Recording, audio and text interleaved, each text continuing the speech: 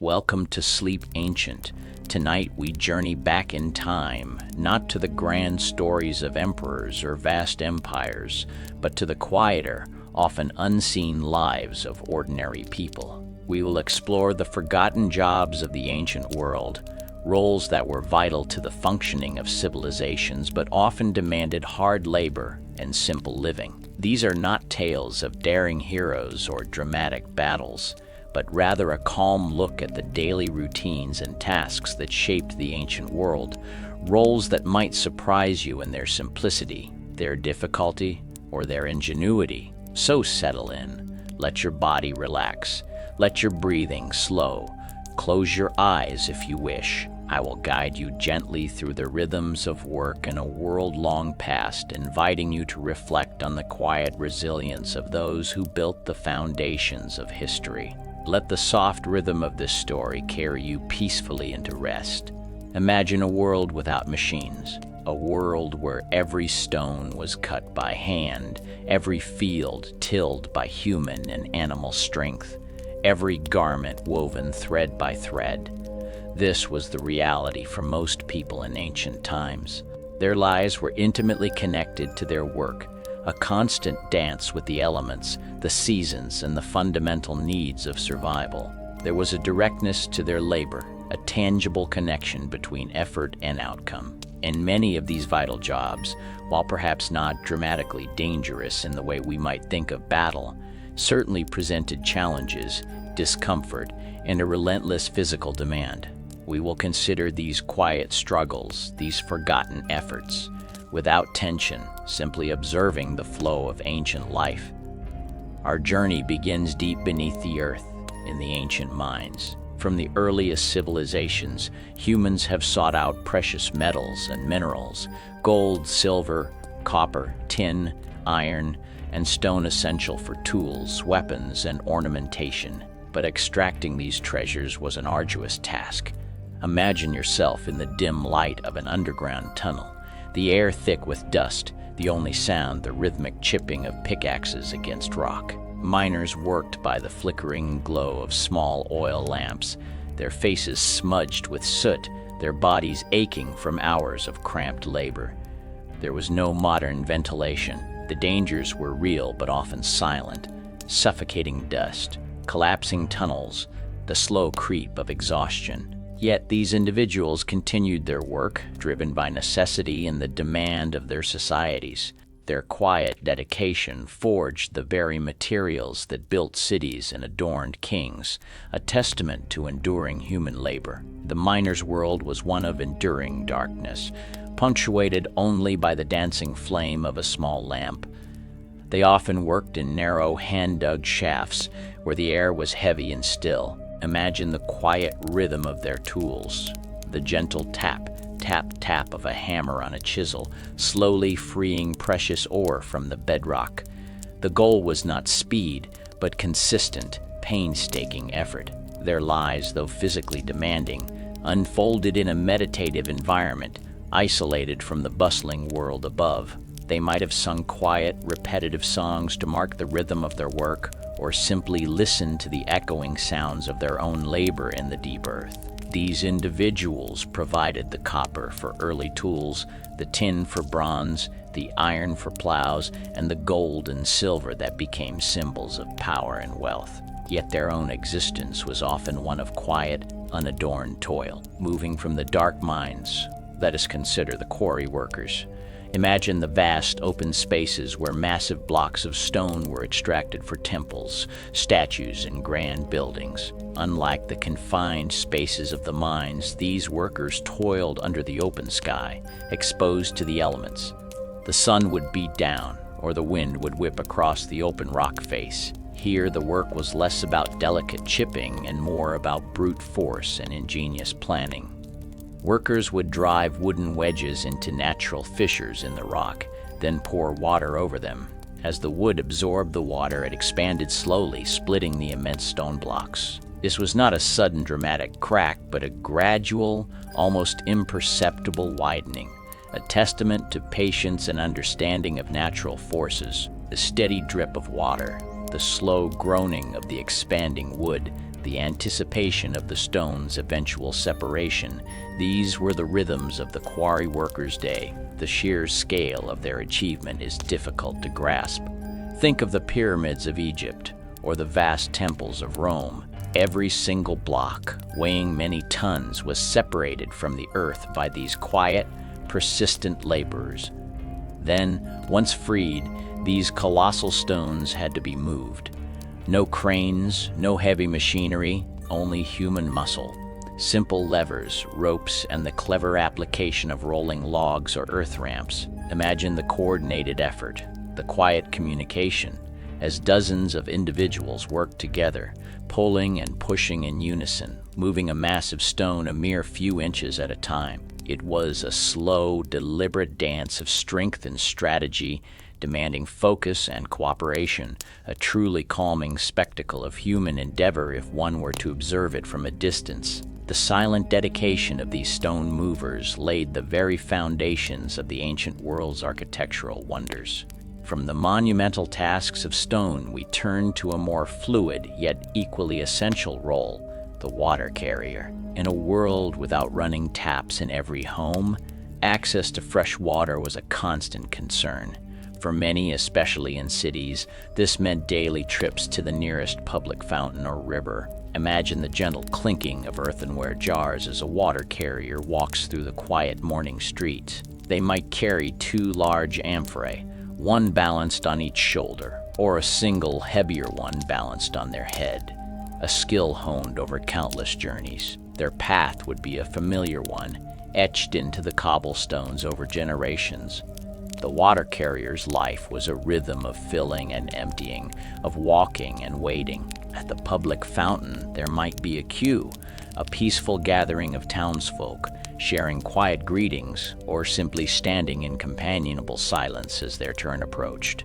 The gentle splash of water filling the jars, the cool feel of the earthenware against their skin, these were the simple, tangible elements of their work. They brought life to households, allowing families to cook, to drink, to wash. Their job was unassuming, yet profoundly vital. Without their steady daily labor, the very pulse of ancient city life would falter. It was a humble profession, requiring patience, physical stamina, and a deep understanding of their city's waterways and their inhabitants' needs. Their footsteps, soft and rhythmic, were an ever-present part of the ancient urban soundscape. Next, let us consider the fullers. This is a job that might sound unfamiliar today, but it was absolutely essential in a world where textiles were precious and laundry was a labor-intensive affair. Fullers were the ancient world's specialized laundry and textile finishers. Imagine them in a large basin, not with soapy water, but often with water mixed with fuller's earth, a special clay, and sometimes even human urine, which contains ammonia, a powerful cleaning agent. The fabric, usually wool, would be trodden upon by foot, a rhythmic, almost meditative process of stomping and pressing. It was a physical and messy job, but vital for cleaning and thickening newly woven cloth. After the treading, the cloth would be rinsed and then stretched on frames under the sun to dry, often with teasel plants or brushes used to raise the nap, making it soft and fluffy. This quiet, careful work transformed rough wool into wearable garments. Picture large courtyards filled with drying cloth, gently swaying in the breeze, the soft sunlight illuminating the patient hands of the fullers as they worked to perfect each piece.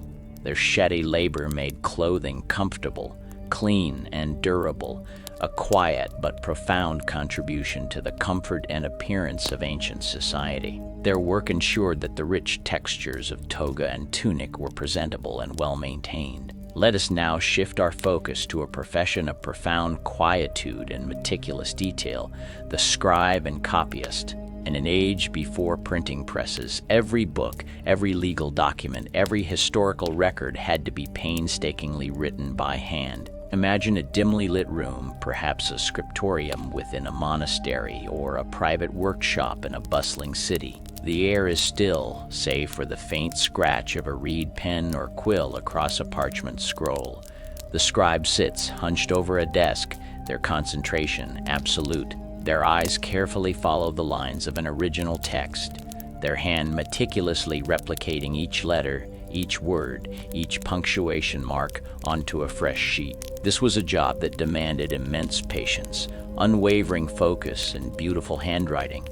There were no shortcuts, no quick fixes. A single mistake could mean hours of correction, or even having to recopy an entire section. The pace was slow, deliberate, a rhythmic dance of hand and eye. Think of the hundreds, perhaps thousands of scrolls and codices that form our understanding of the ancient world. Each one passed through the hands of a scribe, an unsung hero of knowledge preservation. They were the gatekeepers of wisdom, ensuring that the words of philosophers, poets, and historians would endure for future generations. Their work, though silent and sedentary, was a cornerstone of civilization, providing a calm counterpoint to the more physical labors we have discussed. The tools of the scribe were simple: a reed pen or quill, a small knife for sharpening the pen and scraping errors, a pot of ink made from soot or plant dyes, and parchment or papyrus. The process of preparing these materials was itself an art form. Parchment, made from treated animal skins, had to be carefully scraped and smoothed to create a perfect writing surface. Papyrus, made from river reeds, was pressed and dried, its fibers forming a delicate fibrous sheet. The scribe understood these materials intimately, knowing how the ink would flow, how the pen would glide. Their connection to the craft was deep and meditative, the quiet rustle of parchment as a page was turned, the soft whisper of the pen, the stillness of the room. These were the enduring sounds of the scribe's solitary work. Consider the dedication required. Day after day, year after year, scribes contributed to the vast libraries of the ancient world. Without their patient, unwavering commitment, much of the knowledge we treasure from antiquity would have been lost to the sands of time. Their legacy is not found in grand monuments, but in the countless delicate strokes of ink on paper, preserving the voices of the past for us to discover in the quiet comfort of our own reading spaces. It was a profound service performed with quiet humility. From the quiet rooms of scribes, let us move to the gentle, rhythmic world of the ancient fishermen. Along coasts, rivers, and lakes, communities relied on the bounty of the waters. Imagine the soft lapping of waves against the side of a small wooden boat, or the gentle swish of a net being cast into the water at dawn. Fishermen would rise early, often before the sun, navigating by the stars or the familiar silhouettes of the shoreline. Their work was one of patient waiting, of reading the subtle signs of the water, the movements of the tides and the patterns of the fish.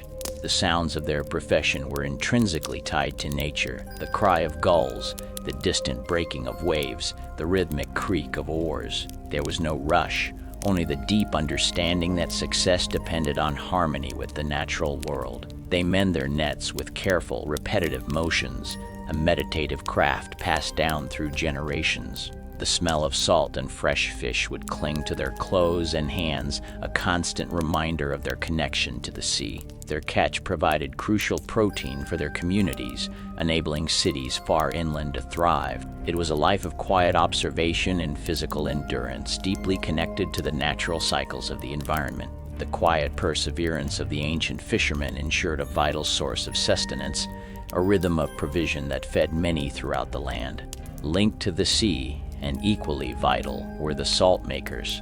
Salt was not just a condiment in the ancient world. It was a critical preservative, a form of currency, and an essential part of diet. Imagine shallow, sun-drenched pans near the coastline, where seawater was left to evaporate slowly under the warm sun. This was a process of patience and observation.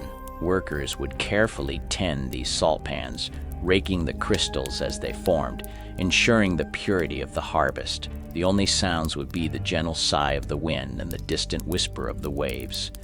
The salt maker's day involved repetitive, almost ritualistic tasks: moving water, raking, gathering. The sun would beat down, reflecting brilliantly off the white salt crystals, creating a landscape of sparkling tranquility.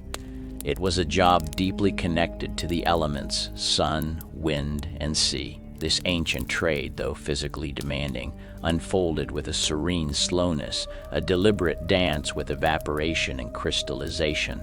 The salt they produced preserved meat and fish, seasoned meals, and became a cornerstone of ancient economies, allowing civilizations to store food and trade across vast distances. Their quiet diligence contributed profoundly to the daily necessities of life, ensuring food security in a world where every morsel counted. Let us now contemplate the vast, quiet effort of the ancient builders and road layers. While we admire the monumental architecture, we often overlook the steady, patient work of the hands that assembled them. Imagine a legion of laborers, perhaps working under the sun in a vast construction site, yet each performing a repetitive, focused task. They were the ones moving earth, shaping bricks, mixing mortar, and hoisting stones. There was a rhythm to their work, a synchronized effort that transcended individual voices, becoming a low, continuous hum of human activity. Consider the brickmakers, for instance. Far from the finished buildings, in sun-baked fields, workers would dig clay, mix it with water and straw, and press it into wooden molds. Then, these bricks would be left to dry slowly in the sun, a process that demanded patience and a deep respect for nature's pace. The gentle squelch of mud, the soft slap of wet clay into a mold, the quiet turning of the bricks to ensure even drying. These were the sounds of their industry. Once dried, they might be fired in kilns, a process that took days, watched over by silent figures, tending the slow, consistent heat. These humble bricks formed the very skeleton of Roman cities, a testament to fundamental earth-based labor. Equally foundational was the work of the road layers. The Roman road network, famously stretching across an entire empire, was not built by dramatic sweeps, but by painstaking, layered construction. Imagine men working in shifts, digging trenches, then laying down successive layers of carefully chosen materials, large foundation stones, then smaller rocks mixed with mortar, then gravel, and finally a surface of tightly packed paving stones. This was a process of deep planning and meticulous execution, demanding a slow, methodical approach. The sounds would be the dull thud of heavy stones being placed, the gentle scrape of shovels moving gravel, the steady tap of hammers ensuring each stone was perfectly fitted. Each layer, each stone, was a step towards connecting vast distances, enabling trade and facilitating the calm, slow movement of goods and ideas. The workers who laid these roads were connecting their world, one careful, deliberate step at a time, creating arteries for civilization that lasted for centuries. Their enduring work under sun and rain laid the quiet groundwork for an entire empire's communication and prosperity, allowing for the slow, steady hum of commerce and daily life to continue uninterrupted for generations. Finally, let us turn to the most universal and arguably most essential of all ancient jobs, the farmer and the herder. For millennia, the vast majority of people lived by cultivating the land or tending to animals. Imagine the ancient farmer, working in harmony with the cycles of the sun and seasons. Their day began before dawn, with the gentle lowing of cattle or the distant bleating of sheep, the rhythmic scrape of a wooden plow breaking new soil, the soft rustle of seeds being sown by hand, the patient waiting for rain, the gentle swaying of ripe grain in the breeze. The farmer's life was one of profound connection to the earth, a slow dance of sowing and reaping, entirely dependent on nature's rhythms. There was no rushing the growth of crops. Their tasks were repetitive and calming, weeding by hand, drawing water from a well, harvesting with a simple sickle. Each movement was deliberate, efficient, part of a timeless ritual that ensured the survival of their family and community. The quiet hum of insects in the field, the distant song of a bird, the feeling of rich soil beneath their feet. These were the constant companions of the ancient farmer. Their work, though demanding, was deeply grounding, a testament to the enduring relationship between humanity and the land, and alongside the farmers, the herders. Imagine a shepherd quietly guiding their flock across rolling hills. The only sounds the soft jingle of bells around the animals' necks and the gentle bleating of the sheep. A herder's life was often solitary, spent in the open air, observing the subtle shifts in the weather and the quiet movements of their animals. They knew each animal, each lamb, each kid. They protected them from predators, guided them to fresh pastures, and brought them safely back to the fold at night. Their days unfolded at the pace of their flock, slow and deliberate, the quiet companionship of their working dogs, the vast open skies above, the feeling of timelessness as the seasons turned. These were the elements of the herder's world. They provided wool for clothing, milk for nourishment, and meat for sustenance, contributing quietly yet powerfully to the well-being of their communities. The slow, patient vigil of the herder, under sun, moon, and stars, was a profound commitment to nurturing life, a quiet guardian of the ancient world's flocks. As we gently bring our journey to a close, let us reflect on these forgotten jobs of the ancient world. From the deep, quiet darkness of the mines to the sun-drenched fields of the farmers, from the meticulous silence of the scribe's chamber to the patient waiting of the fishermen, these roles, though seemingly humble, were the very backbone of civilization. They were not filled by heroes or kings, but by ordinary people performing extraordinary acts of persistence, skill, and dedication.